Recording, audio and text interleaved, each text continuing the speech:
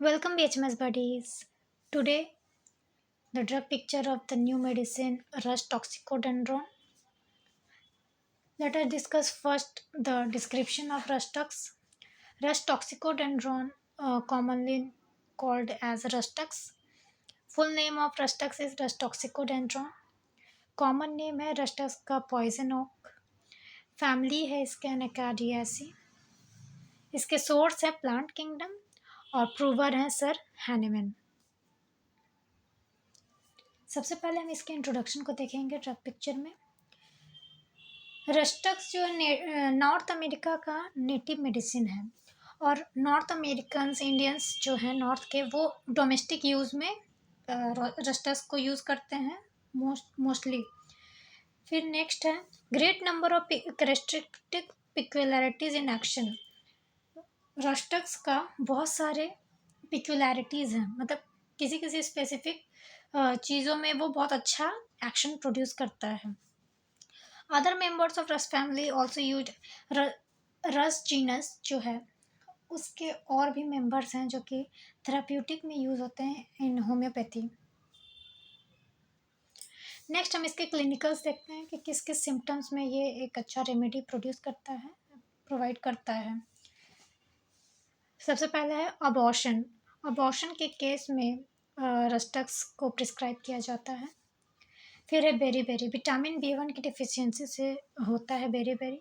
इस berry disease में loss of appetite होता है, स्वोलन फीट होता है, पेन होता है और फिर जो ब्रीथ होता है वो बहुत शॉर्ट होता है। नेक्स्ट है कोल्ड। फिर चिल ब्लेन्स में जब ठंडी आती है तो बहुत लोगों में खुजली की समस्या हो जाती है, फिर स्किन में सोरनेस आ जाता है, उस केस में भी रस्टक्स प्रिस्क्राइब किया जाता है। फिर है साइनोसिस, स्किन का कलर ब्लूइश हो जाना। फिर है डेंगी फीवर में भी रस्टक्स प्रिस्क्राइब किया जाता है। फिर है डायरिया में, डिसेंट्री में, एक्जिमा में, इंटेरिक फीवर में, एरिसिपेलास में।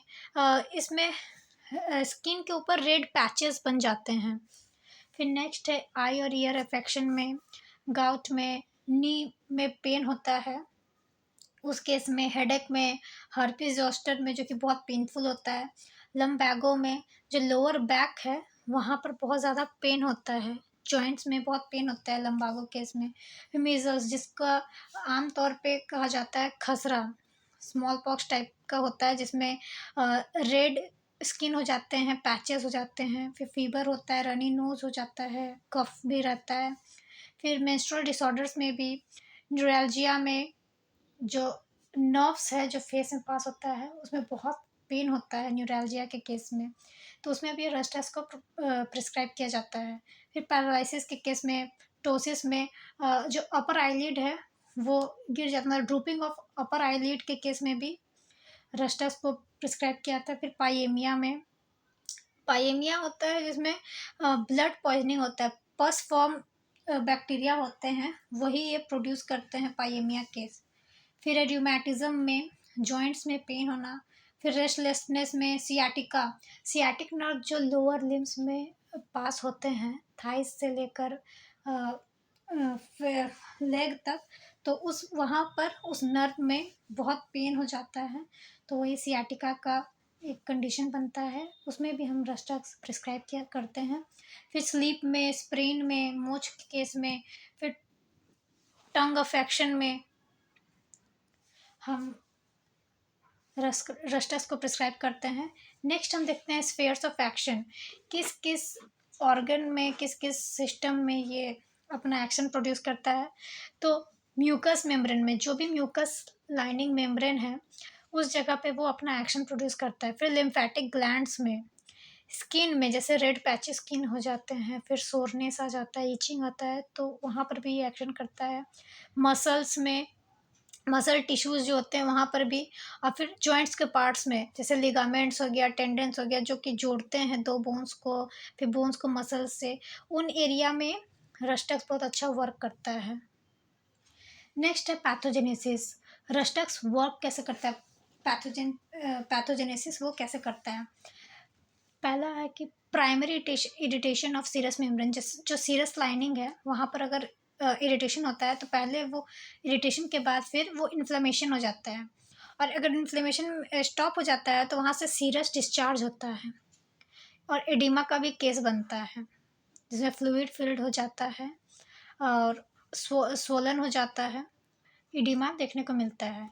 फिर रूमेटाइड इन्फ्लेमेशन देखने को मिलता है, इरप्शन देखने को मिलता है, बर्निंग और इचिंग भी प्रोड्यूस करता है। इस तरह से वो अपना काम करता है। फिर सर्कुलेटरी सिस्टम में जब शीट ऑफ इट्स एक्शन होता है तो ये टाइफाइड लाइक सिम्टम्स प्रोड्यूस करता है। और फिर फेब्राइल डिस्टर्बेंस मतलब कि फीवर का कंडीशन बनता है, और टाइफाइड का जो सिम्टम्स है वो देखने को मिलते हैं। इंटरमिटेंट फीवर होता है, तो वो रुक रुक के फीवर, कभी फीवर आता है फिर थोड़ी देर में चला जाता है, तो ये भी ऐसे एक्शन करता है रस्टक्स। फिर नेक्स्ट है कॉन्स्टिट्यूशन, पेशेंट का जनरल मेकअप, वो कैसा हीट या कोल्ड की तरफ रिएक्ट करता है, और मियाज़म वगैरह।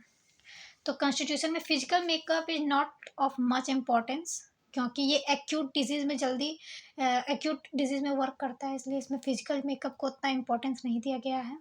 फिर थर्मल में ये वेरी चिली है, ठंडी हवा में भी अगर ओपन एयर में भी वो जाता है तो इसको बहुत ज़्यादा ही तकलीफ होती है।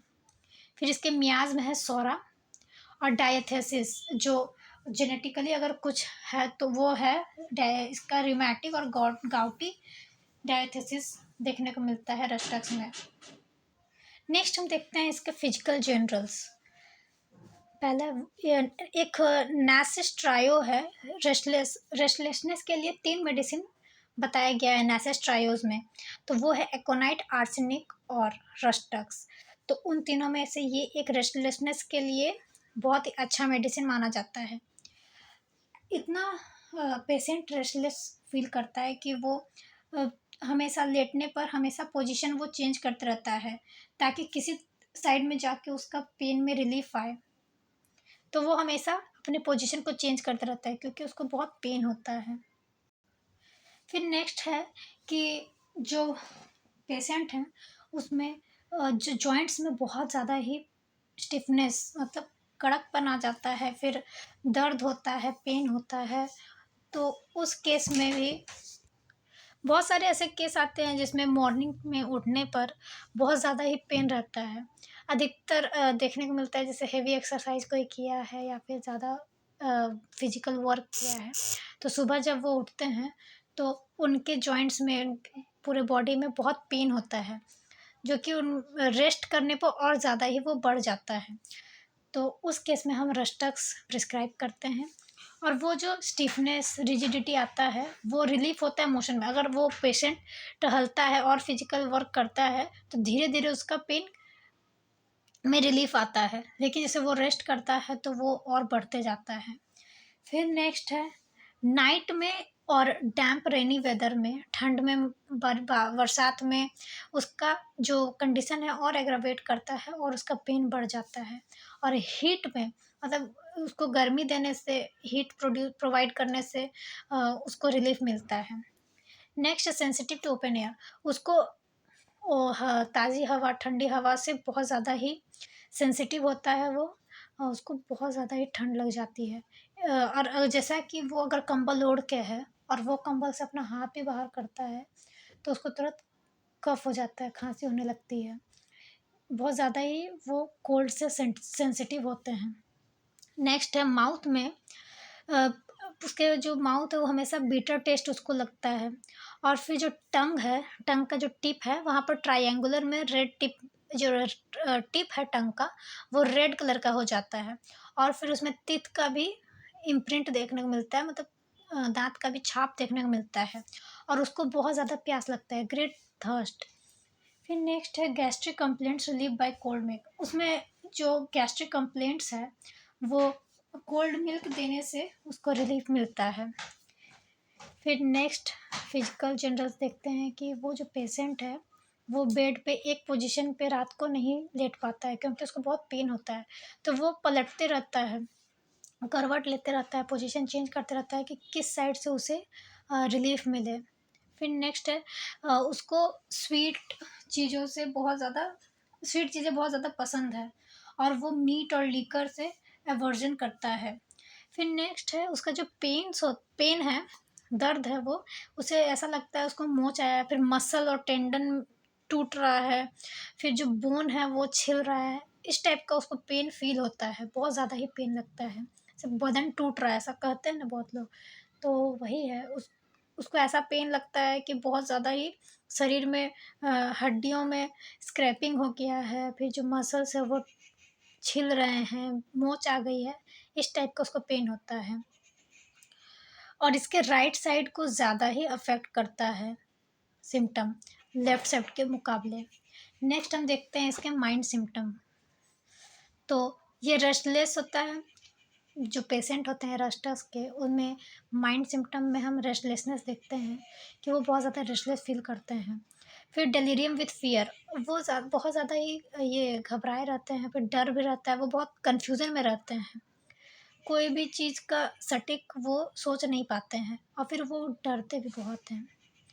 और वो हमेशा ये भी डर उन्हें लग रहता है कि कोई उन्हें पॉइज़निंग कर देगा और उसे कोई ज़हर दे देगा, ऐसा उसे फ़ील होते रहता है।